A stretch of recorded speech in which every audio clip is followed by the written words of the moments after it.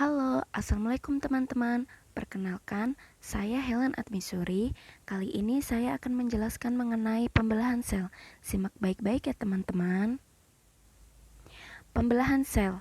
Pembelahan sel terbagi menjadi dua, yaitu secara langsung atau amitosis dan secara tak langsung, yang dibagi lagi menjadi mitosis dan meiosis. Amitosis terjadi secara langsung tanpa melalui tahapan. Sel tubuhnya terbagi menjadi dua bagian, disebut juga pembelahan biner 2N. Tujuannya yaitu untuk memperbanyak diri. Kemudian, contoh dari amitosis yaitu seperti paramecium, euglena, dan sebagian besar prokariotik. Selanjutnya yaitu siklus sel atau perputaran sel. Satu kali siklus sel itu dimulai dari tahapan interfase, karyokinesis, dan tahapan akhir sitokinesis. Yang pertama yaitu tahapan interfase atau fase istirahat memiliki 3 tahapan, yaitu G1 atau tahap pertumbuhan. Pada tahap ini banyak terjadi pertambahan jumlah sel, zat-zat enzim, dan sebagainya. Kemudian fase S atau sintesis, di sini terjadi replikasi DNA. Dan G2 atau preparation atau tahapan persiapan alias terjadi penumpukan energi supaya bersiap untuk pembelahan. Selanjutnya yaitu karyokinesis atau pembelahan inti sel yang di dalamnya ada PMAT, profase, metafase, anafase, dan telofase. Ending dari karyokinesis ini ditutup dengan sitokinesis, yaitu pembelahan sitoplasma. Selanjutnya yaitu mitosis. Mitosis ini bertujuan untuk mengganti atau memperbarui jaringan tubuh yang rusak dan juga untuk pertumbuhan. Mitosis terjadi pada sel somatis, menghasilkan dua sel anakan yang identik dengan induknya. Tahapan dalam mitosis yaitu profase, metafase, anafase, dan telofase. Pada profase 1, awalnya satu sentrosom terbelah dua, kemudian menjadi dua sentriol, yang masing-masing sentriol akan bergerak ke arah kutub yang berlawanan. Kemudian, membran inti memudar karena akan dipisahkan dari inti selnya. Di dalam membran inti ada kromatin atau benang-benang halus yang tidak terlihat. Pada profase 2, sentriol yang mulai saling menjauh berlawanan arah. Pada tahapan ini juga kromatin menebal menjadi kromosom sehingga mulai terlihat.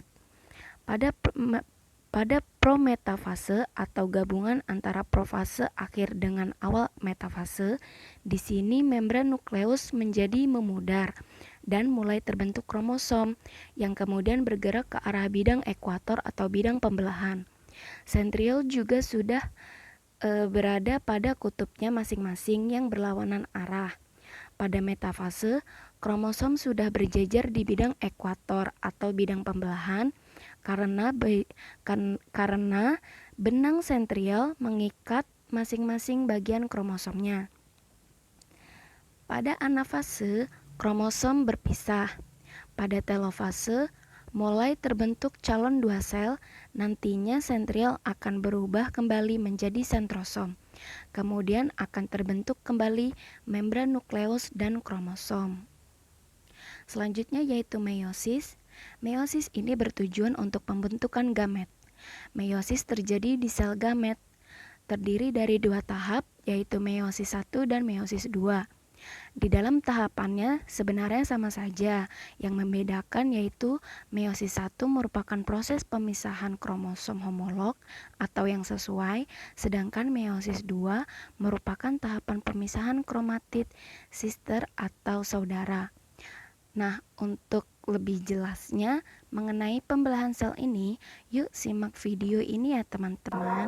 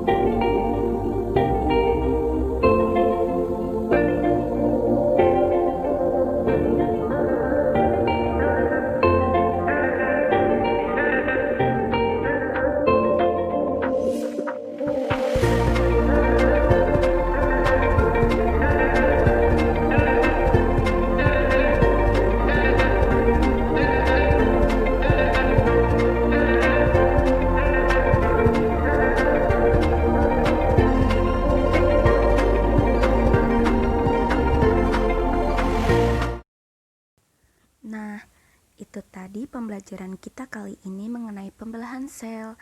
Terima kasih. Wassalamualaikum.